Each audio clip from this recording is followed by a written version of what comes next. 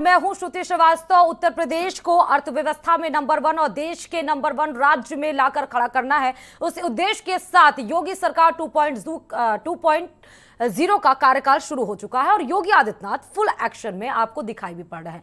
वो मूवी अगर आपको याद हो गई नायक, तो उसको एक बार रिवाइज कर लीजिए, क्योंकि जब मुख्यमंत्री बनाया गया था अनिल कपूर को, कितने फुल मोड एक्शन में अनिल कपूर नजर आ रहे थे। उसी तर्ज पर आप योगी आदित्यनाथ को पार्ट 2 के कार्यकाल में देख सकते हैं।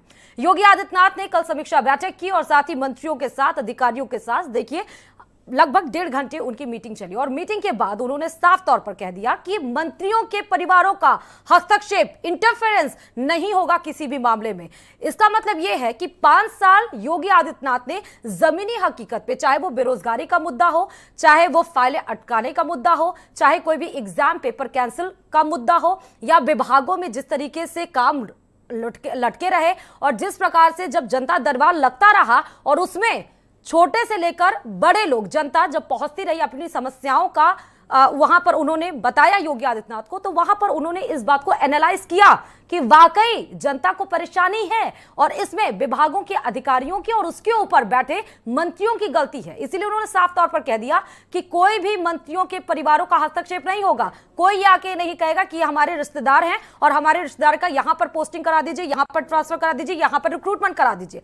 साफ तौर पर उन्होंने कह दिया कि जनता की सरकार है, जनता ने जनादेश दिया है और जनता के लिए काम करेंगे, तभी उत्तर प्रदेश को नंबर 1 पर लाके खड़ा कर सकेंगे। भ्रष्टाचार पर जीरो टॉलरेंस की नीति पर योगी आदित्यनाथ ने कमर कस ली है। उन्होंने कह दिया है कि अब किसी भी प्रकार से मंत्रियों, अधिकारियों की ढिलाई बर्दाश्त नहीं की जाएगी। और अभी थोड़ी देर पहले फुल एक्शन में योगी आदित्यनाथ ने, देखिए एक बड़ी खबर आई निकल के कि योगी आदित्यनाथ ने कह दिया कि सचिवों और एपीएस के सचिवालयों की अगर हम बात करें तो पुराने स्टाफ नहीं रखे जाएंगे, नए स्टाफ लाए जाएंगे। तो एक ये समझ सकते हैं कि एक प्रहार है योगी आदित्यनाथ ने जो किया है, क्योंकि जब पुराने स्टाफ होते हैं, नया कार्यकाल जब होता है, तो उसमें ये बात समझकर आती है, क्योंकि पुराने स्टाफ से देखिए बॉन्डिंग ज्यादा स्ट्रांग होती है, कोऑर्डिनेशन ज्यादा होता है, इसलिए काम उस ढंग से नहीं हो पाता है। नया स्टाफ आता है, नया स्टाफ से जब तक कोऑर्डिनेशन बनता है, जब तक संबंध एक दूसरे को समझते हैं, तब तक समय गुजरता जाता है, इसलिए काम पे ज्यादा फोकस रहता है।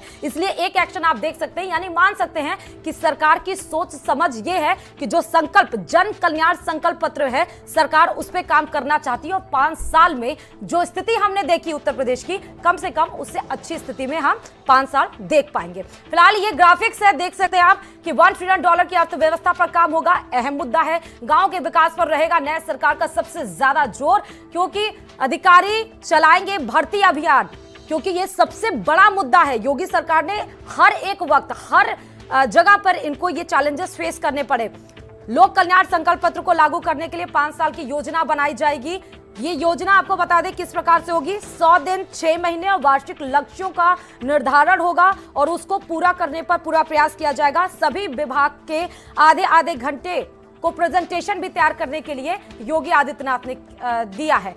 ये खाली पद है जिनका ब्यौरा आपके सामने है। कनिष्ठ सहायक के 2000 रिक्त पद, ईओ और जे के 2200, रोडवेज के 1500, सिंचाई विभाग के 800, आईटीआई अनुदेशक 2504, लेखपाल 8085, एएनएम 9212, गन्ना पर्यवेक्षक 2500, कनिष्ठ सहायक 2000, प्रयोगशाला सहायक 1200। ये पिछले ब्यौरे हैं 5 साल के और ये ग्राफिक्स के जरिए। तो ये सारे जो अहम मुद्दे हैं, हम देखिए इन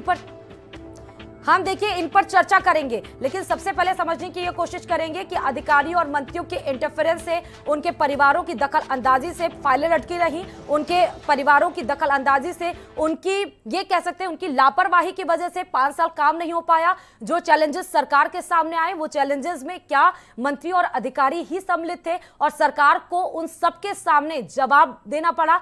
सरकार की नीतियां सही हैं, लेकिन उसको काम करने के लिए, उसको इंप्लीमेंट करने के लिए, धरातल पर लाने के लिए देखिए मंत्री और अधिकारी ही रहते हैं। सरकार जनता के पास नहीं जा सकती है, लेकिन जब जनता दरबार लगाती है तो सरकार को सारे मामलों के पता चल जाते हैं। इसलिए अधिकारी और मंत्री देखिए अब फाइलों में गुमराह नहीं कर सकती है सरकार को, क्योंकि सरकार अब नायक की हीरो बन चुकी है।